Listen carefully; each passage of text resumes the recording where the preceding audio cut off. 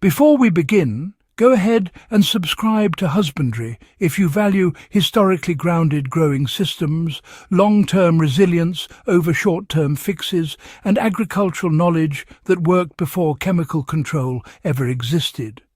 This channel exists to recover land strategies that reduced failure instead of reacting to it. And well, the guild planting method you are about to learn once made pests a secondary concern rather than a constant battle. Long before pesticides, medieval and early agrarian farmers faced the same threats gardeners face today. Insects stripped leaves, borers hollowed stems, rodents attacked roots, and disease spread rapidly through monocrops. Their solution was not eradication. It was confusion, balance, and redundancy. The pest-proof guild planting strategy was built on the idea that a crop should never stand alone. Every valuable plant was surrounded by companions that masked its scent, interrupted pest life cycles, attracted predators, and stabilized soil health. When this system was intact, outbreaks were rare and short-lived. Why guild planting treated pests as a system problem rather than an enemy? Traditional farmers understood that pests appear where systems are simplified. A single crop planted in isolation becomes a beacon. Smell, colour and growth habit guide insects directly to their target. Guild planting broke that signal. A guild was a deliberately assembled plant community built around a primary crop. Each supporting plant served a role, whether confusing insects, harbouring predators, improving soil, or physically blocking access. No single plant carried the burden of defence. The system did. This approach prevented population explosions rather than responding to them after damage occurred. Right, so let's talk about how scent masking disrupted insect targeting. You see, many crop pests actually find their hosts through smell rather than sight. Back in medieval times, growers would plant aromatic species directly alongside their more vulnerable crops. Plants like onions, garlic, wormwood, tansy, sage and rue were commonly interwoven into food beds. These particular plants released strong volatile compounds that interfered with pest navigation. As a result, insects really struggled to isolate the target plant's scent, which reduced successful feeding and egg-laying. Now, modern gardeners can use this same idea by planting aromatic herbs within vegetable beds rather than just at the edges. The closer these plants are to your crops, the stronger the masking effect, you know? So, why did layered planting block pest movement? Well, guilds were structured vertically as well as horizontally. Tall plants would shade and shelter the smaller ones, while low ground covers filled in the exposed soil. Mid-height crops, on the other hand, broke up airflow and visual lines. This sort of layering really disrupted pest movement. Crawling insects faced more obstacles, flying insects encountered broken sight lines, and soil-dwelling pests met dense root networks instead of bare ground. So, let's consider a practical example. Imagine planting a brassica crop, say cabbage, and surrounding it with clover at ground level. Then you add onions at mid-height and, well, taller crops nearby. In this way, the cabbage is no longer an isolated target.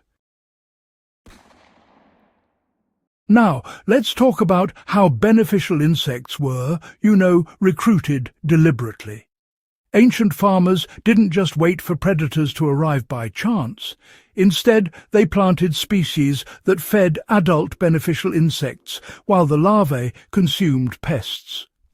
Flowering plants with small open blooms were especially favoured because they supported parasitic wasps, hoverflies, and predatory beetles. Plants like yarrow, dill, fennel, and coriander were not culinary afterthoughts. Rather, they were defensive infrastructure. Today, integrating flowering plants directly into food beds ensures predators stay where pests emerge, not somewhere else. Why trap plants were placed with intention. Some plants attract pests more strongly than main crops. Medieval growers used this to their advantage by planting sacrificial species nearby. These trap plants concentrated pests where they could be controlled manually or left to predators. For example, mustard was planted near brassicas, drawing flea beetles away from cabbage heads. Nasturtiums attracted aphids away from fruiting crops.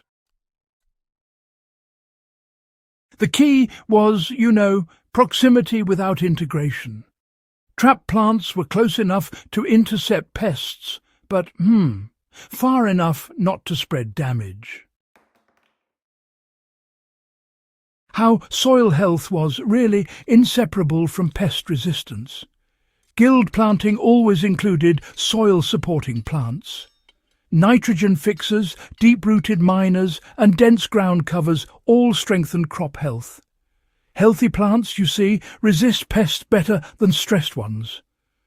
Clover, vetch, and lupins fed soil biology. Deep-rooted plants brought minerals upward. Ground covers, well, they moderated moisture and temperature. Pests target weak plants first. By strengthening soil systems, guilds reduced vulnerability across the board. Why, you might ask, did monoculture make pest problems, pretty much inevitable?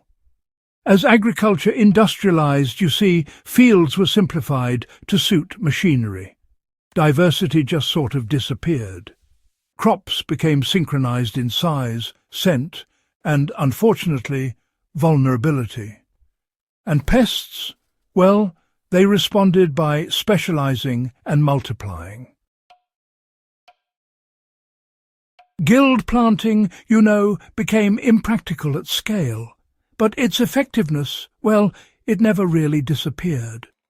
Small-scale growers and survival farmers, they preserved it, because, honestly, failure carried real consequences for them.